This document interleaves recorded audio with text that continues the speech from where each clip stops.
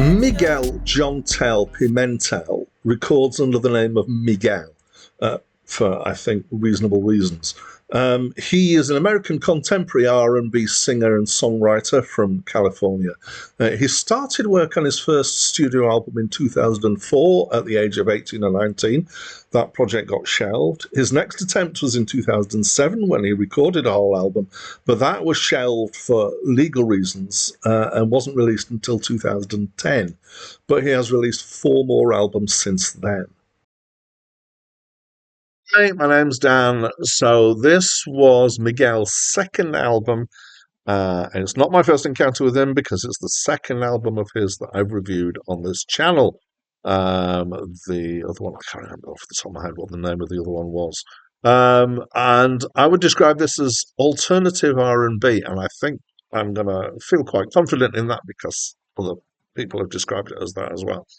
Um, so it's definitely kind of from a starting point as R&B slash soul, but more of the R&B, which kind of makes me think of kind of halfway between soul and hip hop, I guess. But the emphasis here is on quite a spaced out backing, particularly using heavy reverb and echo, which gives a lot of the backing this kind of dreamlike quality, which is, I guess, in some ways like dream pop, but the vocals aren't dreamlike, and the drums are often not dreamlike, and the bass is often not as well. But the rest of the backing is so. This is kind of it's a different take on R&B. So it's musically, I'd say for me, is better than some R&B. Occasionally, I actually quite positively liked it, and rarely I feel kind of irritated by it, but occasionally I did.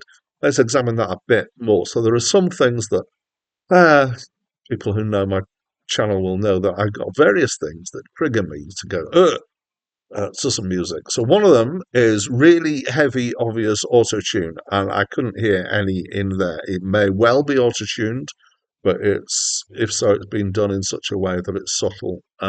It can clearly sing well and sometimes quite high. And like a lot of R&B, there's a lot of interleaved vocal stuff and harmonies and things going on. And I think in the main, that's him doing his own backing stuff, but I can't swear on that. It's not got the stuttery stopness that I really have come to dislike in some modern R&B. So thank goodness for that. It does have some bits of where the drums are quite tinny and the percussion can be, but sometimes it isn't like that, and it's got more meat to it. Excuse me. You have to excuse me. This is actually the fourth of these reviews that I'm recording in a row, so I'm just going to take a quick drink. Right, I'm back.